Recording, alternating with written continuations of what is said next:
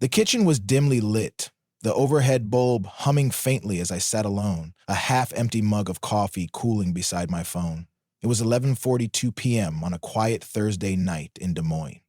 The apartment was still, except for the low hum of the refrigerator and the echo of silence that always felt louder when Dana was away. She was supposed to be in Palm Springs, day 4 of her wellness group with her wellness group. But then my phone buzzed with a message that instantly sliced through the quiet. Just 2 sentences. I'm not coming back. I've met someone better. Your stuff is already in storage. No sorry, no explanation, just that. Attached was a screenshot of a bank transfer. $118,000, 0 cents, withdrawn from our joint savings and wired into an account under her name. The caption underneath read, "Nothing." No comment, no justification, just the cold, numerical confirmation of betrayal. I stared at this screen for a long time, not in anger, not even in disbelief. There was a strange calm in my chest, the kind that arrives not with surprise, but with recognition. I knew this moment had been coming. Not the specifics, maybe, but the fracture behind it. I placed the phone face down on the table and took a long sip from the mug. The coffee had gone lukewarm, but I drank it anyway. 15 years of marriage, shared routines, planned futures, quiet compromises had just been dissolved in under 100 characters and 1 transfer receipt. There would be no long discussion, no drawn-out confrontation. Dana had made her decision, clean, calculated. For months now, I had seen the signs, trips that stretched longer, new clothes I never saw her wear at home, calls she quickly ended the moment I walked into the room. I'd noticed it all. Not just because I was a husband, but because I was trained to notice. I was a forensic accountant after all. Discrepancies were my bread and butter. I saw every inconsistency. I simply chose not to act. Maybe that was my mistake. The signs weren't subtle. In fact, they were almost obvious if I had let myself accept what I was seeing. The first few times Dana took weekend trips with her yoga group, I thought nothing of it. She said there were wellness retreats full of meditation, juice cleanses, and sunrise hikes. You wouldn't enjoy it, she told me once with a dismissive smile. Maybe she was right. But those weekends started turning into long weekends, then full weeks. She began packing differently. Designer luggage, expensive skincare, new outfits that I'd never see again once she returned. When I asked how it went, her responses were vague, rushed. She'd often change the subject or say she was too tired to talk. At home, the space between us grew wider. She stopped asking me about my work, which she never found interesting to begin with. When I tried to tell her about a new case, she'd wave it off with a soft laugh. As long as you're making enough for us to live comfortably, that's all that matters. I remember the moment her phone stopped ringing in front of me. It was gradual. First, she'd glance at it and say she'd call them back later. Then she'd start walking into another room to take the call. Eventually, she was always on silent mode when I was home, and I pretended not to notice. Even when I did notice, I rationalized it. Marriage goes through phases, I told myself. People change, evolve. Maybe she was just distracted by her business. Maybe I was just being paranoid. But deep down, I knew better. The gap between maybe and definitely was closing fast. I just didn't want to step across it. Then came the birthday. Last Christmas, she completely forgot. Not a text, not a word. The day passed like any other. I said nothing. The next morning, she realized and overcompensated with an expensive watch and a rushed apology. I've been so busy with the studio expansion, I feel terrible. I nodded, accepted the gift, and smiled. But something inside me went quiet that day. It wasn't the forgotten birthday that hurt. It was the realization that she hadn't even noticed. There's a specific kind of loneliness that comes from living beside someone who's already left you in their mind. And I was drowning in it. While Dana dismissed my job as boring number crunching, she never understood how much those numbers told me about people. Their habits, their secrets, the truths they tried to hide behind transactions and timing. That's what forensic accountings do. We don't just track money. We follow behavior. And after years of dissecting corporate fraud and marital embezzlements, I learned to recognize patterns of deception. And Dana was beginning to look very familiar. Years ago, after a client case unraveled in divorce court, I created a personal contingency plan. I didn't expect to use it. Back then, Dana and I were still in what I thought was a happy marriage, but part of me, the part trained to expect the unexpected, began preparing just in case. So I started shifting things quietly. I opened an alternate email address, one Dana didn't know about. I set up 2 limited liability companies under unrelated names and began moving certain assets, nothing illegal, just shielded. I bought cryptocurrency, not for gain, but for discretion. I established a financial management system tailored from the software I used at work. Every detail was planned with the same precision I applied to a high-profile audit. Dana knew about our joint checking and savings accounts. She had access to our credit cards, but she had no idea about the offshore holdings I managed for clients or the investment trusts I had quietly tied to my name alone. She believed she understood our finances because she saw the dashboard on our banking app. But that wasn't the full picture, not even close. When I received that text and saw the transfer screenshot, I didn't panic, I didn't rage, I simply acted. I opened my laptop and checked the alerts I had set up, ones designed to detect unauthorized access attempts. Sure enough, 3 notifications were waiting. Dana had tried to reset passwords for accounts she didn't know existed. That meant she had already been digging. She was trying to cover her tracks, to remove my access, to wipe me out. I had to respect her thoroughness, but I also knew she had no idea what she was actually dealing with. I picked up my phone and typed 2 words, "Good luck." Then I made a call I hadn't thought I'd ever need to make. "Jason," I said when my brother picked up, "remember that contingency plan we talked about 5 years ago?" He hesitated, then answered, "Yeah, it's time."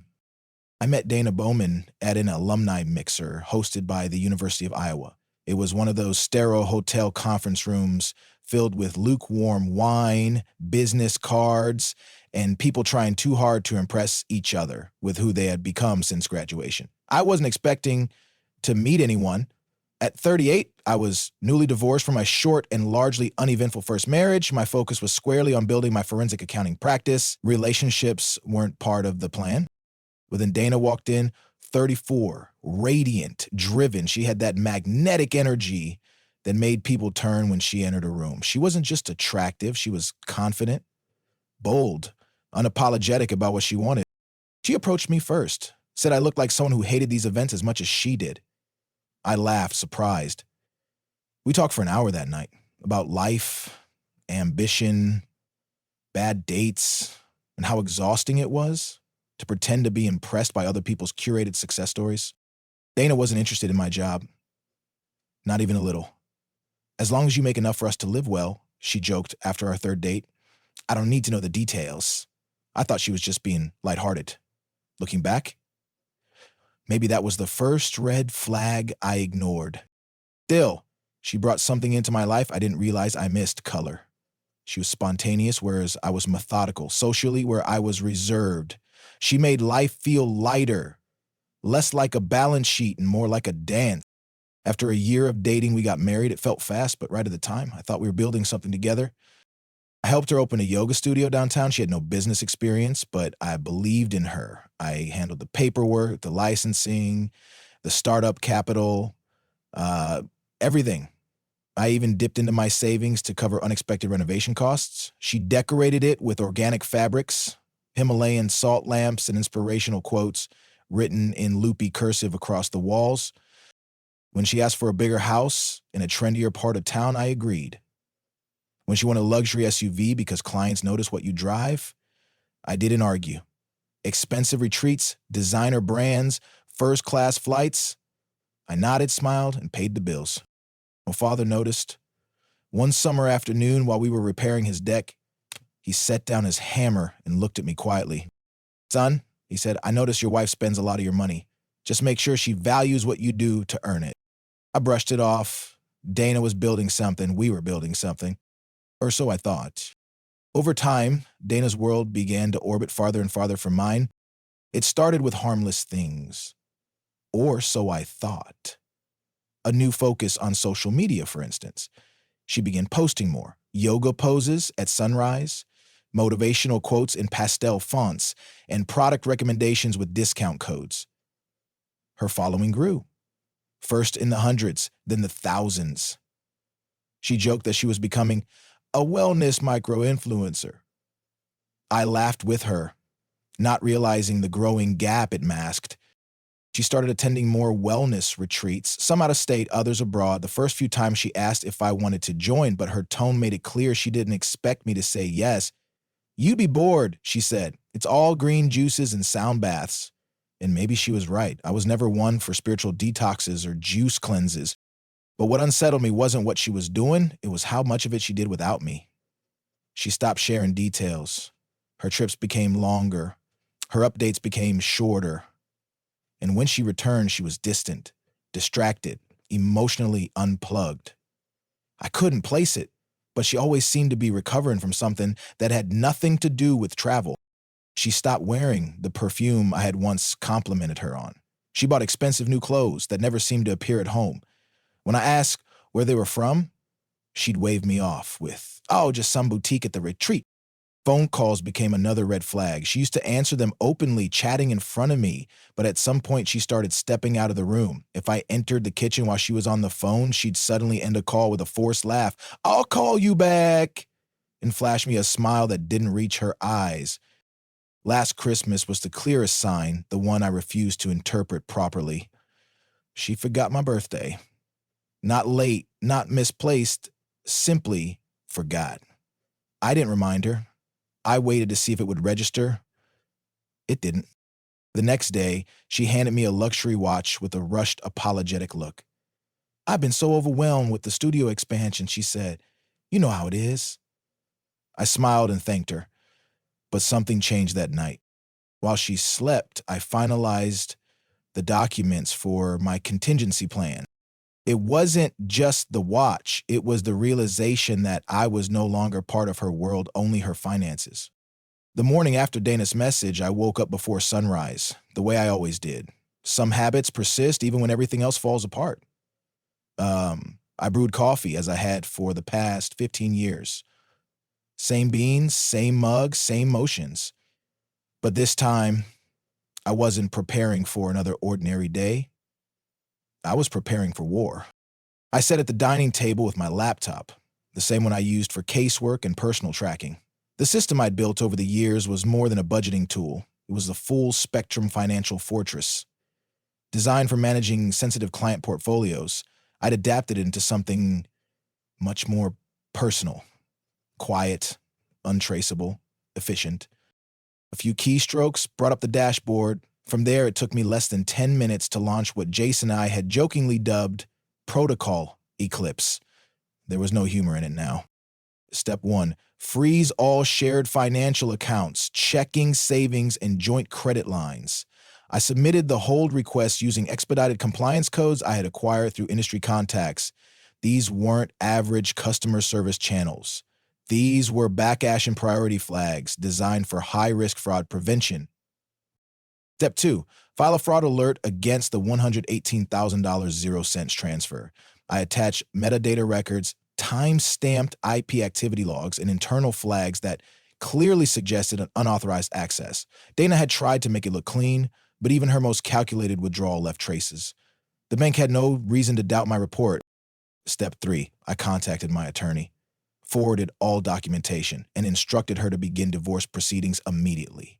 No delays, no negotiation.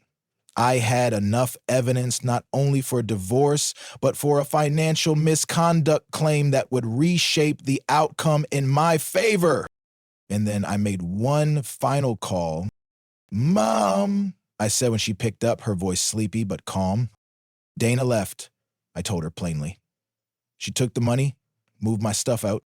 She didn't gasp, didn't cry, just silence, and then, "I'm sorry, Leonard, but I can't say I'm surprised." "What are you going to do?" she asked after a moment. "What I've been preparing for," I said, and I meant every word. An hour after locking down our accounts, my phone lit up. Dana was calling. I didn't answer. She called again, then again. 10 times in less than an hour. I let each one ring out. Eventually, she sent a message. What the hell did you do? The money's gone. My cars don't work. Still, I didn't respond. Instead, I drove across town to the address listed in her original message, the storage unit where she'd apparently dumped the remnants of our life. She had sent me the access code, casually as if it were a minor detail. The unit was cold and mostly empty. 2 boxes sat near the back wall. Inside, a few of my suits, some work files, and my old laptop. None of the framed photographs. None of the books my father had given me. Not the fishing rod he passed down, or the hand-carved box where I kept mementos from our travels. All gone. As I stood in that stark metal room, surrounded by the bare minimum of what she thought I'd need, something inside me shifted.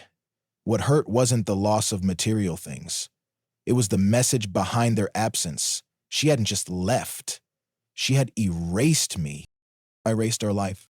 This was no impulsive escape. This had been methodical, intentional. She had packed her future while discarding mine in a cardboard box. That's when the grief began to burn into something sharper. Not rage, not yet, but resolve. I stopped for coffee on the way back to my hotel, sat down at a corner table, pulled out my laptop, and connected to a secure database licensed for investigative professionals. Then I searched a name I'd seen her tagging in posts for months. Trey Harmon. Who exactly was this someone better? I was ready to find out. Trey Harmon's name pulled up more than I expected. On the surface, he was the classic fitness entrepreneur. High-energy videos, motivational speeches, and a meticulously curated online image. His Instagram was packed with shirtless photos, smoothie recipes, and vague business mantras. But beyond the filters and hashtags, the numbers told a very different story. I started with business records. His company, Harmon Fitness LLC, was incorporated 3 years ago. According to state filings, he had 2 employees but ran multiple advertising campaigns that outpaced his reported income. A red flag. Next, I accessed loan databases through my investigator credentials. That's when the real picture came into focus. Trey had taken out 3 separate business credit cards, all maxed out. His gym lease was in arrears, and a recent application for equipment financing had been approved only 4 months earlier, with Dana listed as a cosigner. She had already financially entangled herself with him long before she left me. $175,000 0 cents in fitness equipment, leased under both their names.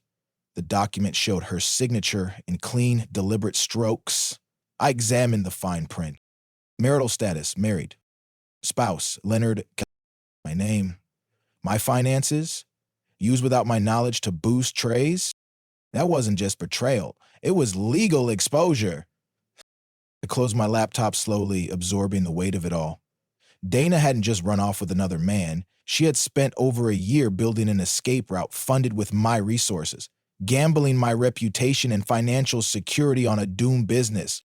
And from what I'd uncovered, the business wasn't just struggling, it was sinking.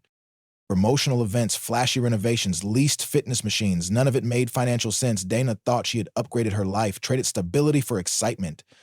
But she had tied herself to someone who didn't know how to stay afloat. I checked into a hotel under a different name, one of the shell LLCs I had set up long ago.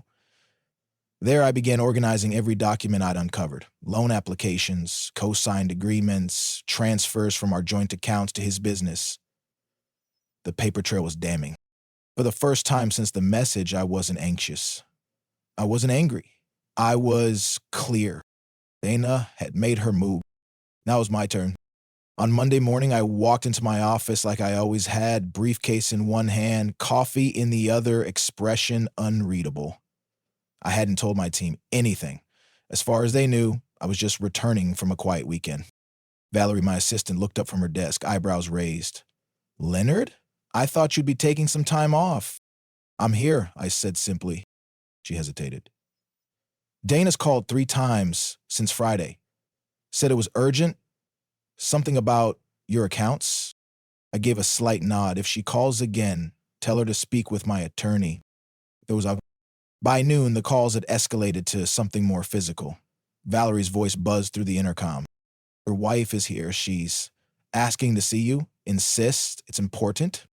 I closed the document I was reviewing, took a deep breath, and stepped into the hallway.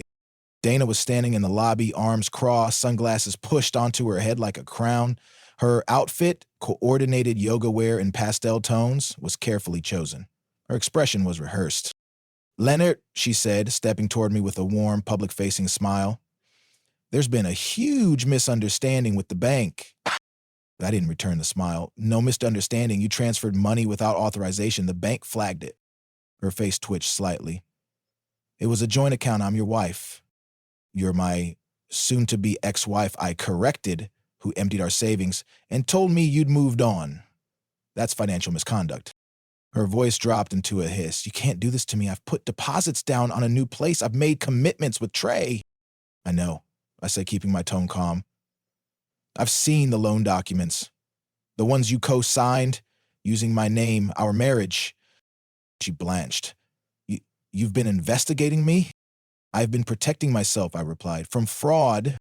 Dana's composure cracked. "I'll fight this. I deserve half of everything." I looked her in the eye. "Half of what's in those visible accounts? Sure. But you seem to think that's all there is." She stared at me, confused. "What are you talking about?" "You'll find out during discovery." Then I turned and walked away, leaving her standing in the lobby, the image of control slipping with every breath. By that evening, the backlash had begun. Not from Dana, not from Trey, but from mutual friends. My phone lit up with messages that all carried the same tone, concern disguised as judgment. "What's going on with you two? Dana said you froze everything." "She's devastated. Couldn't you handle it more privately?" "You're being really vindictive. She loved you, man." No one asked where Dana had been the past week. No one questioned why she drained our savings or moved my things into storage without a word. They didn't wonder why I was sleeping in a hotel while she posted yoga selfies and inspirational quotes. They only saw the story she was spinning, the narrative of the cold, controlling husband trying to punish his free-spirited wife. I didn't respond to any of them.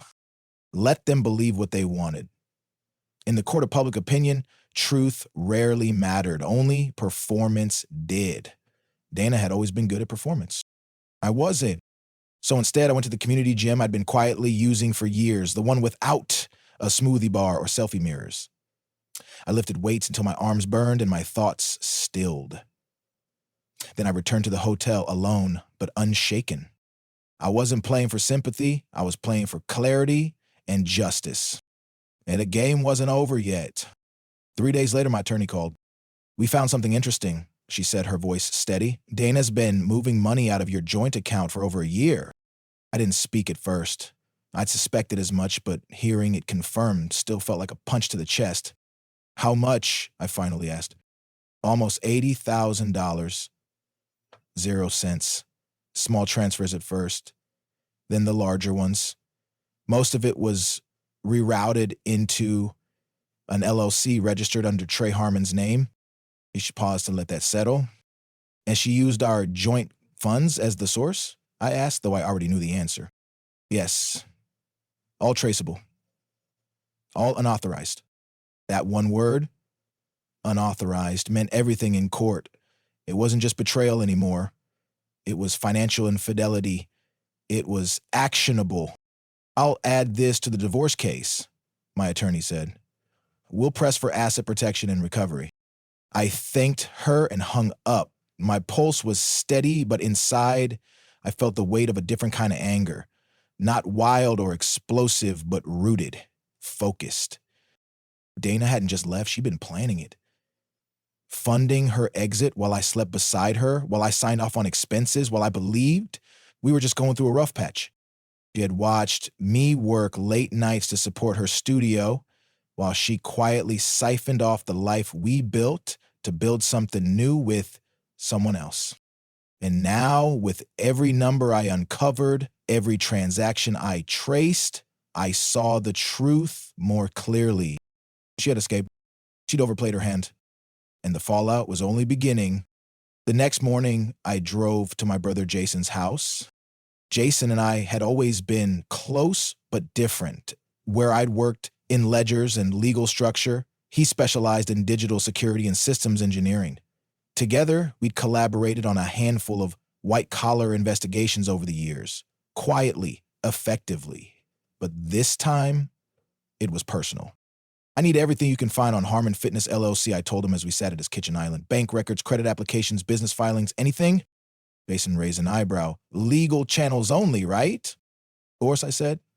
We're just connecting public dots faster than the average person can. He nodded, cracked his knuckles, and pulled out his laptop. Within minutes, he was peeling back the digital layers of Trey's empire, or what passed for one. The deeper we dug, the worse it looked. The gym's financials were a house of cards, a mix of personal loans, vendor debt, late rent payments, and high-risk expansion projects. Trey had borrowed against his own equipment that Dana had helped lease. 3 maxed-out credit cards floated the promotional campaigns, and all of it had been propped up by Dana's infusion of our shared money. Then Jason clicked on a file and froze. Look at this, he said, turning the screen to me. It was a loan application dated 4 months earlier. A $175,000 0-cents equipment lease. Dana's signature was there, and beside it a clause identifying her as married with my name listed as spouse. She used your status to qualify for a better interest rate, Jason said quietly. I stared at the screen. She put my assets on the hook. Yep. Credit cards, car leases, the new commercial space rental, all underwritten with your financial standing. I stood, walked to the window, and watched kids playing in the neighbor's yard, laughing, unaware. She has no idea what she's done, I said. Jason replied, neither does he. That afternoon, I drove to Harmon Fitness. It was everything I expected, a sleek, modern facility designed more for social media than serious training. Motivational quotes were painted across the walls in bold fonts, and Trey's face was everywhere. Posters, banners, digital displays looping through promo videos. Inside, 20-somethings in coordinated gym wear snapped selfies between half-hearted sets. The place was buzzing with artificial energy. Trey spotted me almost immediately. He was taller than I expected, tanned, unnaturally, teeth perfectly bleached. He walked over, his smile bright and camera ready. You must be Leonard, he said, hand extended. I didn't take it. We need to talk, I said, privately. His smile faltered, but he nodded and led me into a glass-walled office near the back. The room was soundproof, but completely visible to the gym floor. Like everything else in his world, the image mattered more than substance. He shut the door. What can I do for you? I placed a folder on his desk and slid it toward him. These are copies of every financial document tying you to Dana. Loans, leases, credit cards, all co-signed using our marital assets as security. He flipped the folder open cautiously. As he read, the color drained from his face. These are legitimate business arrangements between me and Dana, he said. Maybe, I replied, but the banks approved them because of my name, my income, and my credit. You had no idea she didn't have the authority to bind our shared finances. That's on you. He stared at the pages. What do you want? Nothing. I just thought you should know what's coming. The banks will be calling those loans due very soon. Trey's voice hardened. Dana said you were wealthy, that this wouldn't be an issue. Money's never been the issue, I said. Trust is. I stood, walked to the door, then paused. One more thing. When Dana left, she took personal items of mine, my father's watch, old photos. Things money can't replace. I want them back. He hesitated, then gave a slow nod. I'll see what I can do. Left him there behind the glass, looking smaller than his online presence ever allowed. The first real cracks in his illusion had begun to show. The next morning, a courier delivered a box to the hotel. Inside were the items I'd asked for: my father's watch, the framed photos from our early years, a few notebooks, and an old baseball cap he gave me before I left for college. There was no note, no apology, just silence. The only honest gesture Dana or Trey had offered in weeks. That same afternoon, my attorney called with an update. The court granted emergency asset protection, she said. Everything remains frozen until we finalize the divorce. Dana can't touch a dollar. I logged into my financial system. 17 alerts had been triggered in the past 24 hours, all tied to failed access attempts. Dana had been trying to reach the frozen accounts repeatedly using different devices. locations, and even a failed attempt to answer security questions tied to my late father. She had also tried to open a new line of credit, this time attempting to use our house as collateral. Denied. My phone rang again. Dana. This time, I answered. What have you done? She demanded, voice ragged with panic. The bank's calling in Trey's loans. They're seizing the equipment tomorrow. Oh, that's unfortunate, I said calmly. This is vindictive, Leonard. You're destroying him just to get back at me. No, I'm protecting myself. You used our marriage to secure his loans without my knowledge. That's illegal. There was a pause, then a change in tone. Come home, she said softly. Let's talk. 15 years, and she still thought I was that man, the one who forgave quietly and looked away. There's nothing to talk about, I said, and I ended the call. For the first time, I felt not only free, but unshakable. 3 weeks later, we sat across from each other in a law firm's conference room. Dana, her attorney, my attorney, and me. It was our court-mandated mediation session, but the tension in the air made it feel more like a final negotiation before a storm. Dana looked different, tired. Her face was carefully made up, but it couldn't conceal the strain. She wore a designer blazer over athleisure as if still trying to inhabit two worlds. The confident glow she used to wear like armor had dimmed. Her attorney spoke first.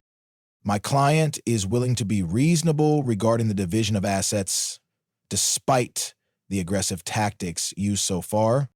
My attorney responded with a neutral smile. That's good to hear, because there's been a development. She slid a document across the table.